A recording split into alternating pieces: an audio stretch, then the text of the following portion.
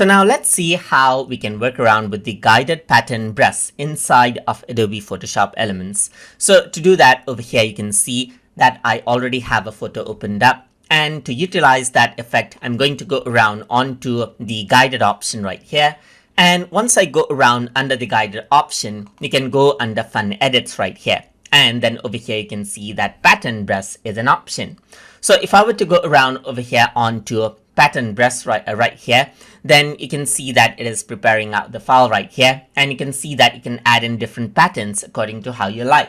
Let's say I want this pattern right here, so I can simply click on it and can choose the size of the pattern brush. You can choose the opacity right here and the scatter option, and then just click and drag around, and you can see that the brush has been applied right here. You can go around and randomly paint around over here, as you can see, just like this. You can go around onto other patterns over here as well, and then click and drag around, and you can see that the previous pattern gets removed and it is replaced by the new one right here.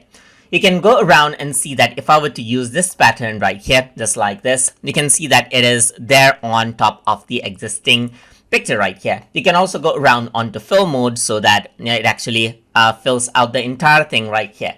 You can simply click right here just like this, and you can see that it fills up the entire thing without you having to actually paint it out.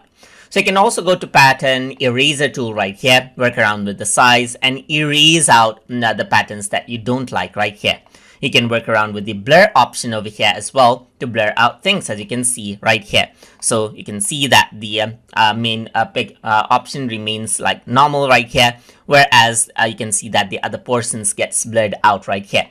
You can refine out the blur as well, so you can go around on to add right here, and then let's say for example you can go around and add in the blurriness, or you can subtract the blurriness over here as well. You can work around with the size, and then you can just draw around right here and subtract the blurriness right here. You can go around and make some things, let's say, more in focus right here just like this, and some things less in focus over here just like that.